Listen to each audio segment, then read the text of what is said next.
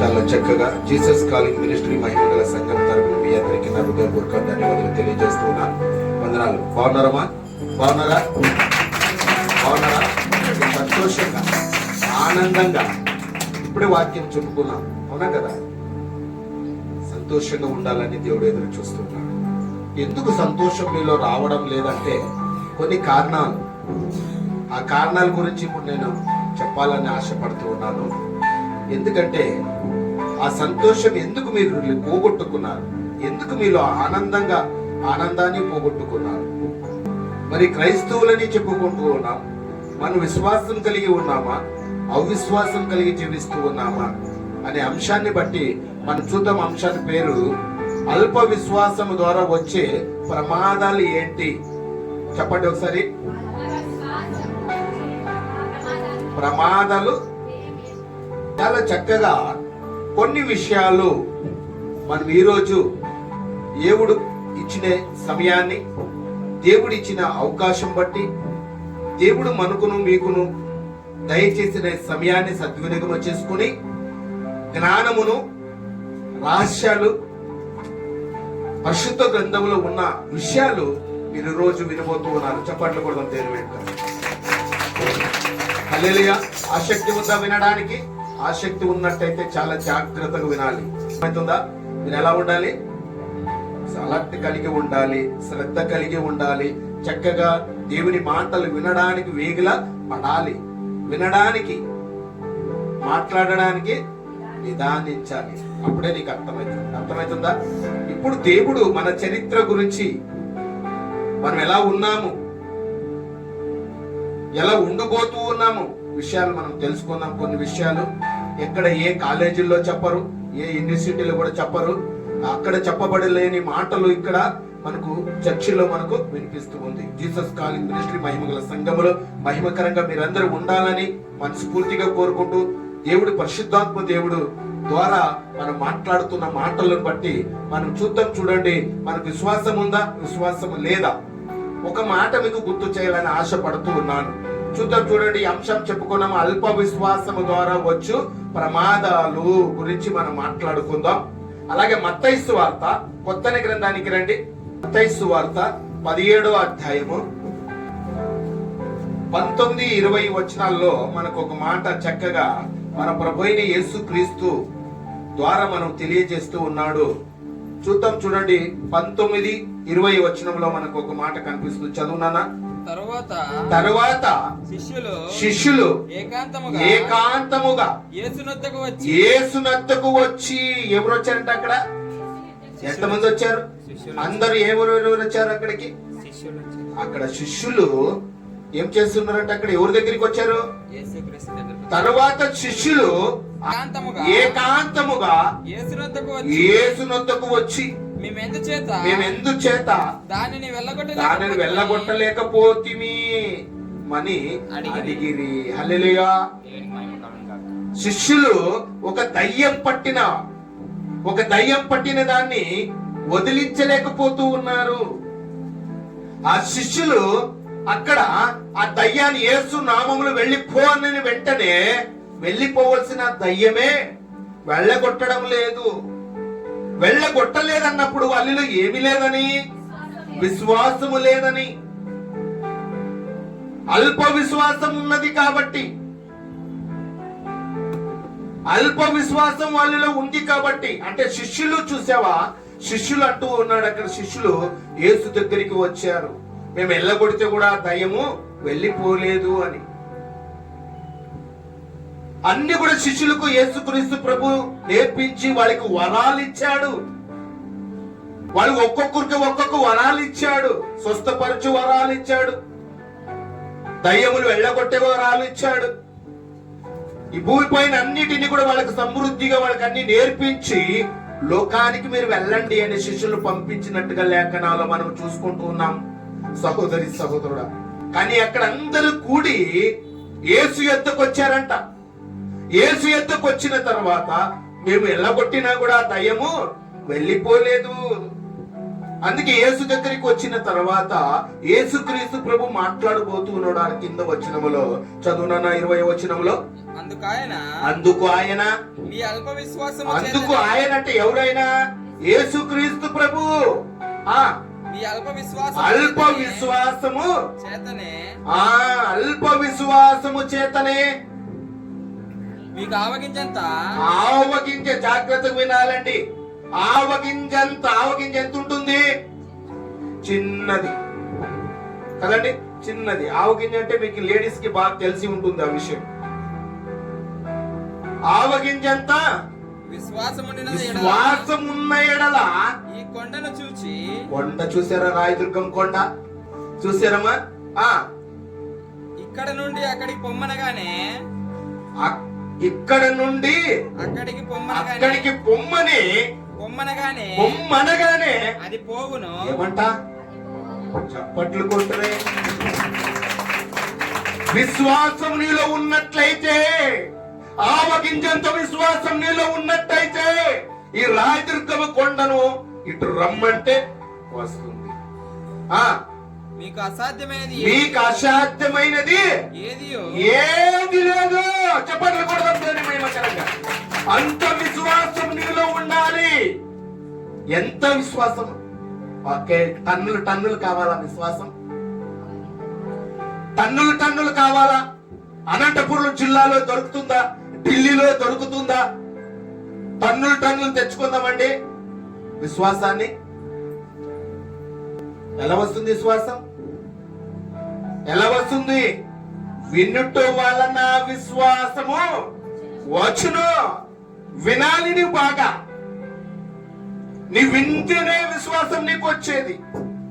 ఆయన శ్రద్ధగా ఆయన మాట మీద లక్ష్యం ఉంచితేనే నీకు మేలుకరంగా దీవెనకరంగా నిన్ను నింపేవాడై ఉంటూ ఉన్నాడు.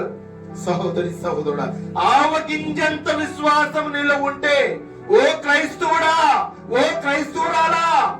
దేవుడు సెలవిస్తూ ఉన్నాడు, ఆవగింజంత విశ్వాసం నీలో ఉన్నట్టయితే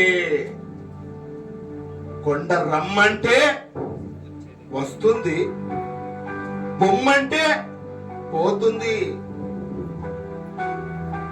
ఆ విశ్వాసం నీలో ఉందా? నేను పుట్టినప్పటి నుంచి క్రైస్తవురాలిని సార్, నేను పుట్టినప్పటి నుంచి క్రైస్తవుడిని సార్, ఆ గదిలో నుండి బయటికి రాను సార్, నేను ఉపవాస ప్రార్థనలోనే ఉంటాను సార్. అర్థమవుతున్నాయా? ఏముండాలి మనకి? ఆవగింజంత విశ్వాసం నీలో ఉందా? ఈ రోజు దేవుడు ప్రశ్న వేస్తూ ఉన్నాడు. క్రైస్తవులని చెప్పుకుంటున్నాం సహోదరి సహోదరా. ఈ మెసేజ్ సమాజానికి పోవాలి. సమాజంలో ఉన్న వారు తెలుసుకోవాలి. ఈ సత్యమైన వాక్యాన్ని తెలుసుకోవాలి. అది తెలియజేస్తూ ఉన్నాడు మీకే. మీ ద్వారా ప్రపంచంలో తెలుసుకోవాలి. ఓ క్రైస్తవుడా, తెలుసుకో. విశ్వాసం నీలో ఉందా? విశ్వాసం ఆవగించేంత విశ్వాసం ఉంటే చాలు అంటాడు దేవుడు. చదువునన్నా. మీకు అసాధ్యమైనది ఏదియో ఉండదు. అసాధ్యమైన ఏది నీలో జీవితంలో ఉండనే ఉండదు. నిత్యముగా నేను నీతో చెప్పుచున్నాను. ఏమంట? వారితో అనేను. ఎవరితో అన్నాడు? శిష్యులతో అన్నాడు. శిష్యులు మీలో ఉందా? ఆవగింజంత విశ్వాసం ఉందా? మీలో ఉందా? నేను చెప్పిన మాటల మీద శ్రద్ధ ఉంచారా? నేను చెప్పిన బోధలను చెవిక్కారా? నేను చెప్పిన విషయాలు హృదయంలో నాటబడి ఉందా? ఆ నాటబడితేనే ఫలించేది అని చెప్పి యేసుక్రీస్తు ప్రభు శిష్యులతో చెప్పినట్టుగా మనం లేఖనాల్లో చూస్తూ ఉన్నాం. సహోదరి సహోదరుడా, చూసావా? మరి క్రైస్తవులు, మనమందరము క్రైస్తవులై ఉన్నాము. మరి మనకుందా విశ్వాసం? ఒకవేళ లేకపోతే, విశ్వాసం లేకపోతే, వినుట వలన విశ్వాసం వస్తుందని తెలుసుకో. ఆ విశ్వాసాన్ని నీవు దృఢపరచుకో. దేవుని వైపు నీవు చూడు. నీ నీతి, ఆయన నీతిని, రాజ్యాన్ని మీరు వెతుకుడి అని చెప్పాడు. నీకున్నవన్నీ కూడా ఇచ్చి ఆయన జ్ఞానము నేర్చుకోవాలంటే చప్పట్లు కొడదాం. దేవునికి ఎవరి జ్ఞానము? దేవుని జ్ఞానము. జ్ఞానము నేర్చుకోవాలి. ఈ సమాజానికి చెప్పడానికి జ్ఞానం నేర్చుకోవాలి. క్రైస్తవునికి తెలిసిన విషయాలు లోకంలో తెలియని వారికి తెలియజేయాలి. ఎందుకంటే దేవుడే బైబిల్లో రాసి ఉంచాడు, తెలియని వారికి తెలియజేయండి, నశించిపోయే ఆత్మను వెతికి రక్షించండి అని. మీ ద్వారా రక్షణ రావాలని, మీ ద్వారా ఆయన మహిమ పొందాలని, ఆయన ద్వారా నీవు ఆయన పని చేస్తావని, ఆయనకి ఇష్టంగా మీరు ఉంటారని, నా నచ్చిన బిడ్డలు, నా రూపంలో రూపించిన బిడ్డలు, నా బిడ్డలు నేను చెప్పిన మాట విని లోకానికి వెళ్తారని సంతోషపడుతున్నాడు ఆ బిడ్డలు. చప్పట్లు కొడదాం. సహోదరి సహోదరు, ఆవగించంత విశ్వాసము అక్కడ శిష్యుల్లో లేకపోయింది. ఈ మహిమగల సంఘములో ప్రతి ఒక్కరిలో విశ్వాసాన్ని పురుగొలుపుకొని ఒక్కరికొకరు ప్రేమ కలిగి సహోదరుల ఐక్యత కలిగి ఉండటం ఎంత మేలు, ఎంత మనోహరము ఈ జీసస్ కాలింగ్ మినిస్ట్రీ మహిమ సంఘములో ఉండాలని నేను కోరుకుంటూ ఉన్నాను. చప్పట్లు కొడతాం దేవునికి మహిమ. హల్లెలూయా. ఎంత చక్కటి మాటలు దేవుడు పరిశుద్ధాత్మ ద్వారా మనకు తెలియజేస్తూ ఉన్నాడు. మరొక మాట మీకు తెలియజేస్తూ ఉన్నాను, చూద్దాం. చూడండి, అక్కడ మత్తయి సువార్త 6వ అధ్యాయం 31. అక్కడే మత్తయి 31. నేడుండి రేపు పొయ్యిలో వెయ్యబడు అడవి గడ్డిని దేవుడు ఇలాగు అలంకరించాడు. ఏమంట? గడ్డి చూసారా? గడ్డి ఎంత అలంకరణ ఉంటుంది. పార్కుల్లో చూసారా గడ్డి ఎంత పచ్చగుంటుంది. ఏమండి? దేవుడిచ్చిన గడ్డిని నీవు ఎక్కడైనా చూస్తే, కొత్త ఇల్లు కట్టారనుకోండి, అక్కడ పార్కులో నా గడ్డి ఏం చేస్తారు? వాడుకుంటారు. పార్కుల్లో చూడండి, ఏది కానీ ఎంత ఏమి పెట్టినా కూడా అక్కడ ఇంకా డిజైన్ చేసినా కూడా కళ ఉండదు. గడ్డి ఉంటేనే అక్కడ పచ్చదనము ఉంటేనే ఆ పార్కుకి లుక్, అందం. అవునా కదా? మరి దేవుడు ఏం చేస్తూ ఉన్నాడు అక్కడ? చదువున్నాను మరొకసారి. నేడుండి రేపు పొయ్యిలో. ఇప్పుడు నేడు ఏమంట? అది ఉంది, దాన్ని తీసుకొని ఏం చేస్తాము? పొయ్యి అంటే ఇచ్చేదానికి పనికి వస్తుంది. అవునా కదా? ఆ పనికి వచ్చేది చూసావా? ఆ గడ్డి అంట అందంగా దేవుడు చేశాడు. అది అందంగా చేశాడు. ప్రతి ఒక్కరికి అందం. అది గడ్డి అందరికీ కూడా పచ్చిదనం ఇస్తుంది. ఆ దేవుడు తన పని తను చేస్తూ ఉంది. ఆ మానవుడు లోకానికి వచ్చాడు. చెప్పున్నా, ముందు చదువు. అడవి గడ్డిని దేవుడు ఎలాగ అలంకరించినాడు? అలంకరించినో అల్ప విశ్వాసులారా మీకు మరి నిశ్చయముగా వస్త్రములు ధరింపచేయును కదా. ఏమంటున్నాడు అక్కడ? అల్ప విశ్వాసం ఉంది అక్కడ. అల్ప విశ్వాసులు ఉన్నారు. ఎవరున్నారు నన్ను అక్కడ? అల్ప విశ్వాసులు అక్కడ ఉన్నట్టుగా మనం చూస్తూ ఉన్నాం. మరి ఇంకొక మాట మీకు గుర్తు చేయాలని ఆశపడుతూ ఉన్నాను. అల్ప విశ్వాసుల గురించి మనం ఈ రోజు వినబోతూ ఉన్నాం. కాబట్టి అక్కడ మత్తయి సువార్త 8వ అధ్యాయం 26వ వచనం చదువునన్నా. అందుకైన అల్ప విశ్వాసులారా ఎందుకు భయపడుచున్నారు వారితో చెప్పాడు. లేచి గాలిని సముద్రమును గద్దింపగా మిక్కిలి నిమ్మలమాయెను. అక్కడ ఎవరు కనిపిస్తారు మనకి? ఎవరు కనిపిస్తున్నారు? అల్ప విశ్వాసులు ఉన్నారు. అక్కడ శిష్యులు అక్కడ ఎవరున్నారు? ఆ దోణిలో మునిగిపోతూ ఉన్నాడు. చూడు, పై వచనం చూద్దాం. చూడండి, మరి 23వ వచనం చదువునా. ఆయన దోణి ఎక్కినప్పుడు ఆయన శిష్యులు ఆయన వెంట వెళ్ళిరి. అంతటా సముద్రం మీద తుఫాను లేచినందున ఆ దోణె అలల చేత కప్పబడెను. ఏమైపోయింది? అలలు పడవలో పోయేటప్పుడు, ఓడలో పోయేటప్పుడు సుడిగాలి లేసింది, అలలు లేసాయి. ఇది ఉంటుందండి అలలుగా ఇలా అలా మనకి వాళ్ళకి ఏమొచ్చేసింది? విశ్వాసం వస్తుంది. ఆ టైంలో ఉంటుందా? దేవుడు అపక్షం ఉన్నాడు అనుకుంటారా?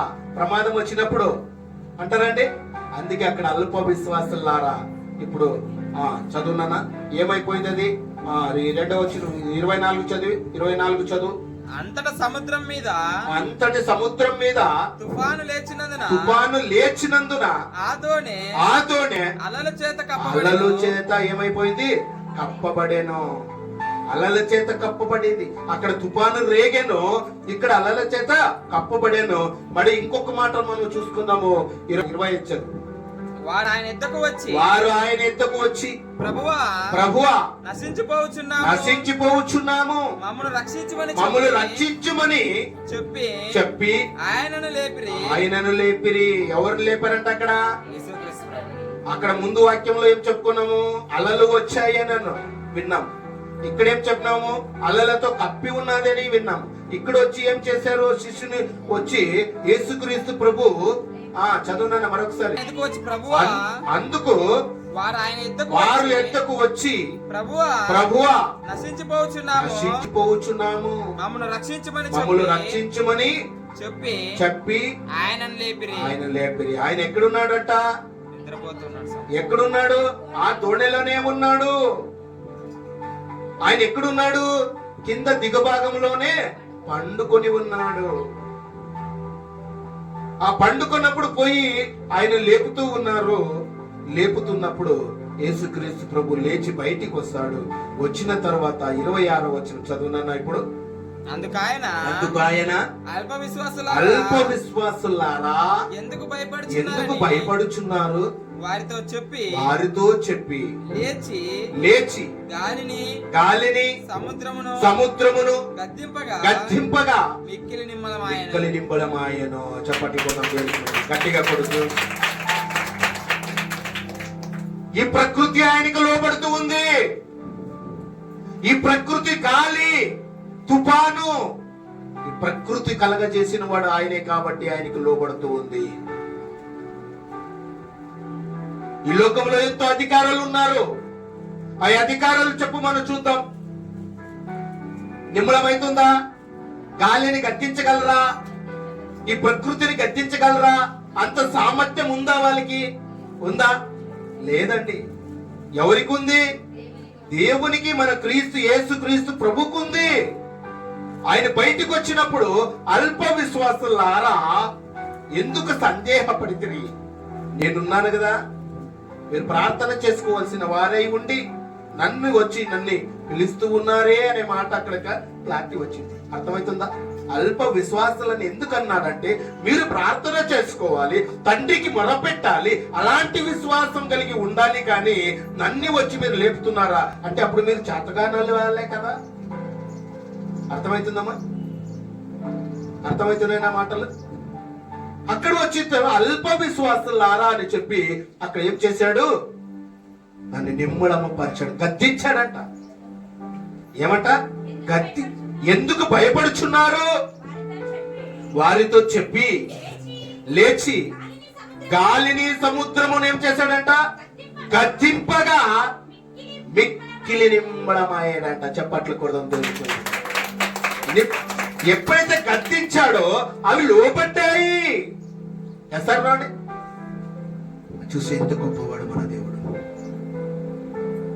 ఎంత గొప్పవాడండి, ఎంత గొప్పవాడంటే మరొక మాట మీకు గుర్తు చేయాలని ఆశపడుతున్నాను. చూద్దాం 14వ అధ్యాయం మత్తయి సువార్త 14వ అధ్యాయం 31వ వచనంలో మరొక మాట మనకు తెలియజేస్తూ ఉన్నాడు. చూద్దాం, చూడండి. ఇవన్నీ కూడా మీరు నోట్స్ లో రాసుకోండి.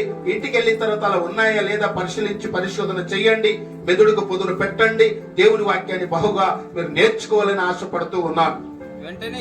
వెంటనే యేసు చెయ్యి చాపి అతన్ని పట్టుకొని అల్ప విశ్వాసి ఎందుకు సందేహపడితివి అని అతనితో చెప్పాను. ఎవరితో చెప్పాడు? అక్కడ పేతురుతో చెప్పాడు. పేతురు ఎక్కడున్నాడు? ఆయన పేతురు ఎక్కడంట?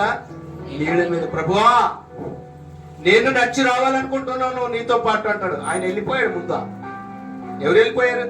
క్రీస్తు వెళ్తూ ఉన్నాడు. నీళ్ళ మీద నడుచుకుంటూ పోతూ ఉన్నాడు. సముద్రం మీద నడుచుకొని పోతూ ఉన్నాడు.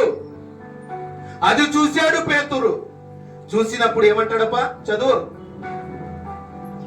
ప్రభువా నీవే అయితే నీళ్ళ మీద నడిచి నీ ఎద్దకు వచ్చుటకు నాకు సెలవిమ్మని ఆయనతో అనేను. ఎవరితో అన్నారు? పేతురుతో అన్నాడు.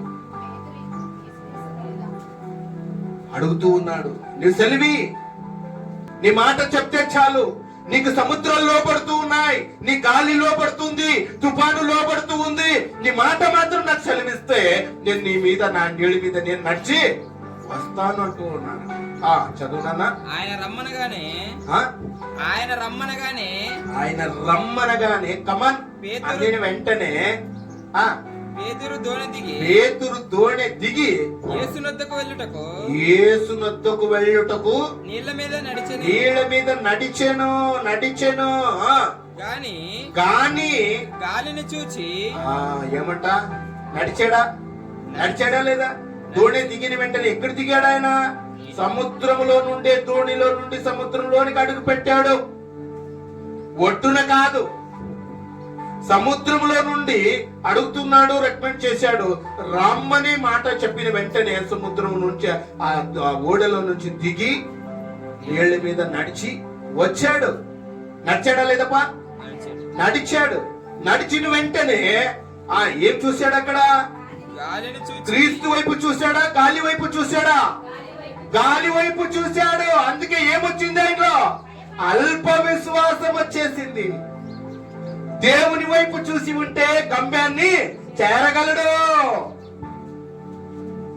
దేవుని వైపు చూసేవా మానవులు తక్కువ అండి. మాటలు చెప్పుతారంతే గాని క్రియారూపంగా కనపరిచేవారు ఒక్కరు కూడా కనిపిరు. అందుకే ఆయన ఒక్కడు కూడా నీతిమంతుడు లేదు భూమిపైన అంటున్నాడు. అందరూ పాపము చేసి దేవుడు అనుగ్రహించిన మహిమను పొందలేకపోతున్నారు. ఆయన నీళ్ళ మీద నడిచినప్పుడు దిగాడు, నీళ్ళ మీద నడుస్తూ ఉన్నాడు. యేసు వైపు చూసినప్పుడు అప్పుడు వెంటనే ఎవరి వైపు చూశాడు? గాలి వైపు చూశాడు, ప్రకృతి వైపు చూశాడు, లోకం వైపు చూశాడు. చదువునా? గాలిని చూసి భయపడి మునిగిపోసాగి ఏమంట? ఎప్పుడైతే భయపడ్డాడో ఏమైపోయాడు? మునిగిపోయాడు. ఎప్పుడైతే సమస్యల వైపు, ఎప్పుడైతే ఇరుకుల వైపు, ఎప్పుడైతే నీ ఇంటి వైపు, లోకం వైపు, సమాజం వైపు నీవు కూడా ఎప్పుడో ఒకసారి చూసి ఉంటావు. అందుకే నీవు కూడా ఏం చేశావు? మునిగిపోతూ ఉన్నావు. పేతురు ఏం చేశాడు నాన్న? గాలిని చూసి భయపడి మునిగిపోవు సాగెను. ప్రభువా నన్ను రక్షించుమని కేకలు వేశాడంట. అయ్యగారు ఏం చేశాడంట? కేకలు వేశాడు. అయ్యా నేను మునిగిపోతున్నాను, అయ్యా నీ వైపు నేను చూడలేకపోయాను, నీ దర్శనాన్ని చూసలేకపోతూ ఉన్నాను, నిన్ను అందుకోలేకపోతూ ఉన్నాను, నీ గమ్యాన్ని చేరలేకపోతూ ఉన్నాను. నేను ప్రకృతి వైపు చూశాను కాబట్టి, లోకం వైపు చూశాను కాబట్టి, గాలి వైపు చూశాను కాబట్టి, ఆ సుడుగాలి వైపు చూశాను కాబట్టి ఏమైపోయాను? మునిగిపోతున్నా. నన్ను రక్షించు, నన్ను రక్షించు ప్రభువా. అప్పుడు వెంటనే ఏం చేశాడంట ప్రభు? వెంటనే చెయ్యి చాపి అతన్ని పట్టుకొని అల్ప విశ్వాసి ఎందుకు సందేహం నీలో ప్రేరేపణ కలగజేస్థితివి? సందేహపడితివని అతనితో చెప్పాను. ఎందుకు నీకు ఆ సందేహం వచ్చింది? ఎందుకు ఆ ఆలోచన చేశావు? ఎందుకు ఆ ప్రేరేపణ నీలో వచ్చింది? నేను చెప్పాను కదా, నా వైపు చూడి, నువ్వు వచ్చేసేయి, నడుచుకొని రమ్మని సెలవిమ్మన్నప్పుడు ఇచ్చాను కదా, నీకు అవకాశం ఇచ్చాను కదా. నువ్వు రాలేక సందేహం ఎందుకు వచ్చింది నీలో? ఎందుకు అల్ప విశ్వాసులుగా తయారైతున్నావు? నీలో అవిశ్వాసం ఉంది ఎందుకు అని చెప్పి ఆయన ప్రశ్న వేసినట్టుగా మనకు పేతురు ద్వారా మనం తెలుసుకుంటున్నాం. సహోదరుడు, ఎంత చక్కటి మాట మనం వినబోతున్నాం ఈ రోజు. చాలా చక్కటి మాటలు మనకు. అక్కడ ఇంకొక మాట మనం చూద్దాం, చూడండి. అక్కడే 16వ అధ్యాయం, మత్తయి సువార్త 16వ అధ్యాయం 8-12 వచనంలో మనకు కనిపిస్తుంది ఒక మాట. చూడన్న, చదువునా? హల్లెలూయా. అల్ప విశ్వాసులారా మన యొద్ద రొట్టెలు లేవని మీలో మీరు ఎందుకు ఆలోచించుకుంటురి? మీలో మీరు ఎందుకు సొనుక్కుంటురి? మీరు ఎందుకు సొనుక్కోవడం, కొనుక్కోవడం? నా దగ్గర నాకు చెప్తే కదా తెలిసేది. అంటే అందరి హృదయాలు ఎరిగిన వాడు ఆయన. అంతరంగమును ఎరిగిన వాడు ఆయన. ఈ మానవ జాతి అంతా కూడా ఎలాంటి స్వభావం కలిగి ఉన్నారో ఆయనకి తెలుసు. అందుకే చెప్తున్నాడు, చదువునా, మీరెందుకు అల్ప అల్ప విశ్వాసులారా. ఎవరైనా వచ్చి చెప్పారా? అక్కడ ఎవరైనా వచ్చి చెప్పారా? క్రీస్తు దగ్గర వచ్చి చెప్పారా? ఆయనకే తెలుసు. పేతురుని ఏమన్నారా? ఎవరైనా వచ్చి చెప్పారా? ఆయనకి తెలుసు. నీవెందుకు ప్రేరేపణ కలగజేసుకుంటేవి? అర్థమైతే నా మాటలు. ఇప్పుడు వీళ్ళు ఇక్కడ వచ్చేసిన తర్వాత ఇక్కడ రొట్టెలు లేవే, ఇక్కడ చేపలు లేవే అని ఎవరు అనుకుంటున్నారు? వాళ్ళు మాట్లాడుకుంటున్నారు. మన ప్రభు అయిన క్రీస్తుకు తెలిసిపోతుంది. చదువునా,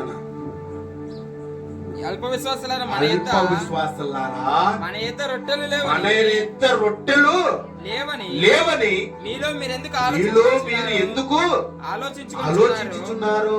మీరు ఇంకానూ గ్రహింపలేదా? మీరు ఇంకా గ్రహించలేదా? ఇంకా మీరు తెలుసుకోలేదా? నేను చూసావా? ఒకప్పుడు నేను అద్భుతం చేయలేదా? గనికారాలు చేయలేదా? 5 రొట్టెలు 2 చేపలు ఎంతమందికి పంచాను? 5,000 మంది పంచాను. ఎన్ని గంపలు ఎక్కువ చేశాను? 12 గంపలు ఎక్కువ చేశాను. అద్భుతము చూడలేదా? మీరెందుకు సందేహం ఇస్తున్నారు? మీరెందుకు అల్ప విశ్వాసులుగా ఉంటూ ఉన్నారు? నేను చేసిన అద్భుతములు, నేను చేసిన గనికరములు, నేను చేసిన మహత్కార్యములు మీరు చూడలేదా? చూశారు కదా? ఎంత గొప్ప మాట అండి. అల్ప విశ్వాసులు సుడుక్కున్నారంట. ఇంతమంది ఉన్నారే. ఎక్కడ భోజనం ఎక్కడ అనుకున్నారంట. చదువునన్నా, మన ఇద్దరు రొట్టెలు లేవని మీరు ఎందుకు ఆలోచించుకొనిచున్నారు? మీరు ఇంకానూ గ్రహింపలేదా? 5 రొట్టెలు 5,000 మందికి పంచిపెట్టినప్పుడు ఎన్ని గంపలు ఎత్తిరో అది అయినను, 7 రొట్టెలు 4,000 మందికి పంచిపెట్టినప్పుడు ఎన్ని గంపలు ఎత్తిరో అది అయినను మీకు జ్ఞాపకం లేదా? మీకు జ్ఞాపకం లేదా? మర్చిపోయారు. నేను చేసిన క్రియలు, నేను చేసిన గొప్ప అద్భుతాలు మీరు చూడలేదా? జ్ఞాపకం లేదా? మర్చిపోతారులేండి, మానవులు కదా.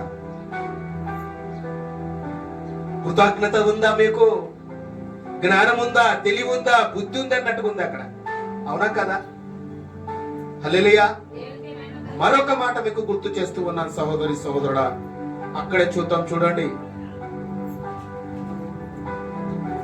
మత్తయి సువార్త 13:58 వచ్చిన ఒక మాట చూద్దానా.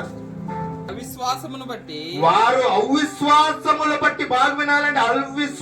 అవిశ్వాసులు ఆయన అక్కడ అనేకమైన అద్భుతములు చేయలేదు. అక్కడ అనేకమైన అద్భుతములు చేయలేదు. ఎందుకంటే ఏముంది వాళ్ళలో? అవిశ్వాసం ఉంది కాబట్టి. ఆవగించేంత విశ్వాసం ఉంటే కొండ రమ్మంటే వస్తుంది, వెళ్ళంటే వెళ్తుంది. అక్కడ ఏం లేదు, అవిశ్వాసులు ఉన్నారు.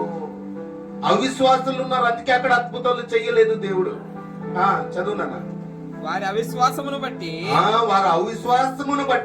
ఆయన అక్కడ అనేకమైన అద్భుతములు చేయలేదు. అనేక అద్భుతములు ఆయన చెయ్యలేదు. మరొక మాట మీకు గుర్తు చేస్తూ ఉన్నాను. అక్కడ ఒక అల్ప విశ్వాసులు ఉన్నారు. చూద్దాం. తీతుకురాన్ని 1వ అధ్యాయం 15వ వచనం. పవిత్రులకు అన్నియు పవిత్రములే గాని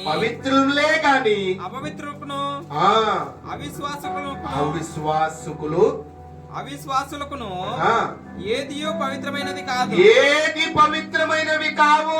హల్లెలూయా. చప్పట్లు కొడదాం దేవునికి మహిమకరంగా. అల్ప విశ్వాసం ఉంటే అల్ప విశ్వాసులకే అలాగే వాళ్ళకి అనుకుంటారా? అది పరిశుద్ధమైనది అనుకుంటారా? అనుకోరు. ఎందుకంటే ఏముంది వాళ్ళలో? అవిశ్వాసం ఉంది. గుడ్డివాడు త్రోవ చూపుతాడండి? చూపలేడు. అర్థమైతేనే? ఇద్దరు కూడా ఏం చేస్తారు? గుంతులో పడిపోతారు. అవిశ్వాసులు అందరూ కూడా ఎంతమంది అయితే ఉన్నారో వాళ్ళందరూ కూడా పరిశుద్ధాన్ని చూడలేరు. చదువు, పై వచ్చిన చదువునా.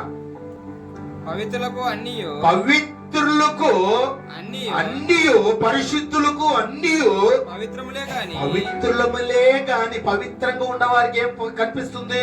పవిత్రులుగానే ఉంటారు. యథార్థవంతులు యథార్థవంతులుగానే ఉంటారు. నీతిమంతులు నీతిమంతులుగానే ఉంటారు.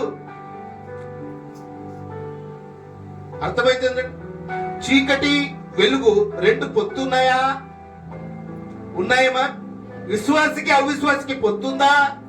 లేదండి. ఉందంటారా? కరెంటుకు నీళ్లకు పొత్తుందా? లేదండి. అర్థమవుతున్నాయి? అలాగే పరిశుద్ధులను పవిత్రులకు అన్ని పవిత్రంగా ఉంటాయి పరిశుద్ధంగా జీవించేవానికి. అల్ప విశ్వాసుల గురించి మాట్లాడినా కింద వచనములో అపవిత్రులకును అవిశ్వాసులకును ఏదియు పవిత్రమైనవి ఏవి కావు. కనిపించు వాళ్ళకి. వాళ్ళు మాట్లాడేదే కరెక్టు, వాళ్ళ ప్రవర్తనే కరెక్టు. అర్థమవుతున్నాయా? ఏమండి అర్థమవుతున్నాయమ్మా? మరి పరిశుద్ధంగా ఉన్న వారిని పరిశుద్ధంగానే కనిపిస్తాయి. వాళ్ళ ప్రవర్తన కావచ్చు, వాళ్ళ జాగ్రత్తలు కావచ్చు, పరిశుద్ధంగా యథార్థంగా దేవునికి నచ్చిన బిడ్డలుగా ఉంటారంట. అల్ప విశ్వాసులు ఏమైపోయారంట? ఏ పని చేసినా కూడా దేవునికి ఇష్టం లేని పనులే వాళ్ళకి అదే కరెక్ట్ అనుకునే విశ్వాసులు, అల్ప విశ్వాసుల గురించి మనం విన్నాం. ఈ వాక్యం అంతా ఎవరి కోసం ఉందండి? అల్ప విశ్వాసులే. దేవునికి ఎక్కడ చోటు మహిమ లేదు. అల్ప విశ్వాసుల గురించి చెప్పుకున్నాం ఈ సబ్జెక్టు. మరొక మాట మనం ఎలా జీవించడం చూద్దాం. చూడండి, యోహాను సువార్త 20వ అధ్యాయము 27వ వచనములో ఒక మాట మనకు దేవుడు సెలవిస్తూ ఉన్నాడు. సహోదరి సహోదరుడా, ఈ మాటను తర్వాత తోమను చూచి, ఎవరిని చూసి? తోమను చూచి, నీ వేలు ఇటు చాచి నా చేతి చూడుము, నా చేతి చూడుము, నీ చెయ్యి చాచి నా ప్రక్కలో ఉంచి అవిశ్వాసివి కాక విశ్వాసివై ఉండుమని. విశ్వాసమై ఉండాలి. చెప్పట్లు కొడదాం దేవునికి మహిమకరంగా. అవిశ్వాసి కాకున్నట్లు ఏమై ఉండాలా? విశ్వాసం కలిగి నీవు జీవించే వ్యక్తి అయి ఉండాలని దేవుడు కోరుతూ ఉన్నాడు. సహోదరి సహోదరా, ఎంత చక్కటి మాటలు మనం విన్నాం. ఈ 8 మాటలు కూడా మనం ఈరోజు ఈ అంశాన్ని బట్టి మనము విన్నాం. మొట్టమొదటిది మనం చూసుకుంటే మనం ఒకసారి జ్ఞాపకం చేసుకుందామండి. ఈ 8 మాటలు కూడా మీరు విన్నారు. ఈ మాటలు మరి ఒక్కసారి మీకు నెమరేయాలని ఒక ఆలోచనతోనే చెప్తూ ఉన్నాను. అల్ప విశ్వాసము చేతను మీకు ఆవగింజంత విశ్వాసం ఉంటే ఏమంట? ఆవగింజంత విశ్వాసం ఉంటే కొండ రమ్మంటే వస్తుంది, పొమ్మంటే పోతుంది. సందేహపడవద్దు. చప్పట్లు కొట్టు దేవుడికి. విశ్వాస కలిగిన ప్రార్థన దేవుడు వింటాడు.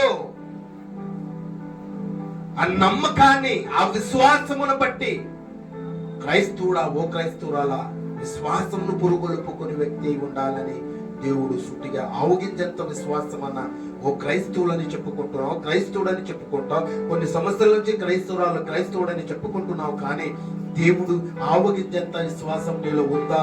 నువ్వు పరిశీలించుకో. పౌలు గారు పరిశీలించినట్టుగా మీరు పరిశీలించాలని లేఖనాలు మనకు సెలవిస్తూ ఉన్నాయి. మరి రెండో మాటను మనం చూసుకుంటే, అల్ప విశ్వాసము తనను అల్ప విశ్వాసముతో మనం ఏం కలిగి ఉండాలి? చింతను కలిగించకూడదు. చింతలు వస్తాయంట. మరి మూడో మాట మనం చూసుకున్నట్టయితే, అల్ప విశ్వాసము ద్వారా భయము వస్తుందంట. ఏమొస్తుంది? భయం. చింత వచ్చింది, భయం వచ్చింది. మూడో మాటగా. నాలుగో మాటగా మీకు తెలియజేస్తూ ఉన్నాను, అల్ప విశ్వాసము ద్వారా సందేహం నుంచి. సందేహ అంటే ఏదన్నా చెయ్యాలన్నా డౌట్లు, ఏదన్నా చెయ్యాలన్నా, కార్యం చేయాలన్నా ప్రార్థన చేయించుకుంటారు. కానీ ఇంటికి వెళ్ళిన తర్వాత మీకు ఏమైపోతుంది? సందేహం వచ్చేస్తుంది. ఇది చెయ్యొచ్చా, చేయకూడదా, మనం లాస్ అయితేమేమో, బిజినెస్ లో లాస్ అయితేమేమో, ఉద్యోగానికి డబ్బు పెడితే మళ్ళీ రిటర్న్ వస్తాయో లేదో, మన పని కోసము. అవునా కదండి? అల్ప విశ్వాసం, దాన్ని ఆ భయం వస్తుందంట. ఏమంట? ఎన్ని మాటలు విన్నారండి? ఆవగింజంత విశ్వాసం ఉంటే చాలని మొదటి మాట. రెండో మాట, అల్ప విశ్వాసం ఉంటే చిత్తం కలుగుతుంది. మూడో మాట, అల్ప విశ్వాసం ద్వారా భయము వస్తుంది. అలాగే మూడు మాటలు చెప్పుకున్నాం. నాలుగో మాట, అల్ప విశ్వాసం ద్వారా సందేహాలు వస్తాయి. సందేహాలు, అనుమానాలు వస్తాయి. సందేహం ఏముంటే? అల్ప విశ్వాసం ఉంటే. అవునండి. అలాగే ఐదో మాట మనం చూసుకున్నట్లయితే, అల్ప విశ్వాసం ద్వారా సరైన గ్రహింపు ఉండదు. చెప్పిన మాటలు గ్రహింపు ఉండదు. వినడానికి ఆసక్తి ఉండదు. సరైన మనసు ఉండదు. స్థిరమైన భక్తి ఉండదు. ఇలాంటివి అల్ప విశ్వాసాలుగా దేవుడు చెప్తూ ఉన్నాడండి.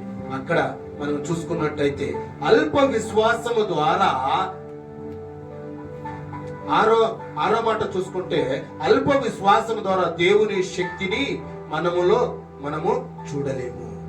అల్ప విశ్వాసం ఉంటే దేవుని శక్తి చూడలేము. ఆయన అద్భుతాలు మనము పొందుకోలేము. ఆయన శక్తిని ఆరాధన, ఆ శక్తి దిగి వచ్చేదిగా మనకు కనిపించదు. మనము కూడా ఆశ్రదలు మనం పొందుకోలేమని లేఖనాలు సెలవిస్తూ ఉన్నాయి. అక్కడ చూసుకొని ఏడో మాటగా మనం చూసుకుంటే, అల్ప విశ్వాసం ద్వారా ఏది అపవిత్రమైనది కాదు. పవిత్రంగా ఉండేది కూడా అపవిత్రంగా నీకు కనిపిస్తాయి. అల్ప విశ్వాసం అంటే పవిత్రులుగా మేము చూడలేవు. ఎందుకంటే నీలో ఏముంది? అల్ప విశ్వాసం ఉంది కాబట్టి. అర్థమైతున్న మాటలు. అందుకే మరి ఏడో మాటగా మనం చూసుకున్నాము. ఎనిమిదో మాటలోనే అల్ప విశ్వాసము కాక విశ్వాసులై ఉండుము. ఎనిమిదో మాట ఏమంట? అల్ప విశ్వాసము కాక విశ్వాసిగా జీవించడం నేర్చుకో. ఆవగింజంత విశ్వాసం నీలో ఉంచుకునడానికి ప్రయత్నించు. వినడానికి, వింటే ఏమొస్తుంది? వినట వలన విశ్వాసం పురుకొల్పుకో. విశ్వాసాన్ని వినాలి. వింటూ ఉంటే, దేవుని మాటలు వింటూ ఉంటే ఆసక్తి రేపుతుంది. ఆసక్తి నీలో వస్తుంది. దేవుని మీద ఆధారపడేటట్టుగా చేస్తుంది. దేవుని లక్షణాలు కలిగి ఉంటావు. దేవుని ఉద్దేశం నెరవేరుస్తావు. ఈ భూమి, ఈ లోకము నాకు శాశ్వతమైనది కాదని నీవు తెలుసుకుంటావు. ఆయనని వెతికేదానికి ప్రయత్నిస్తావు. ఆయన నీతిని, ఆయన రాజ్యాన్ని వెతికే వారుగా నీవు ఉంటావు. నీతిగా జీవిస్తే చప్పట్లు కూడా దేవునికి. అల్ప విశ్వాసం లేకున్నట్టు విశ్వాసంగా మీరు బ్రతకాలని దేవుడు కోరుతూ ఈ వాక్య భాగాన్ని నేను ముగిస్తూ ఉన్నాను. దేవుడు వాక్యాన్ని దీవించి బలపరచును గాక. వందనాలు. అందరూ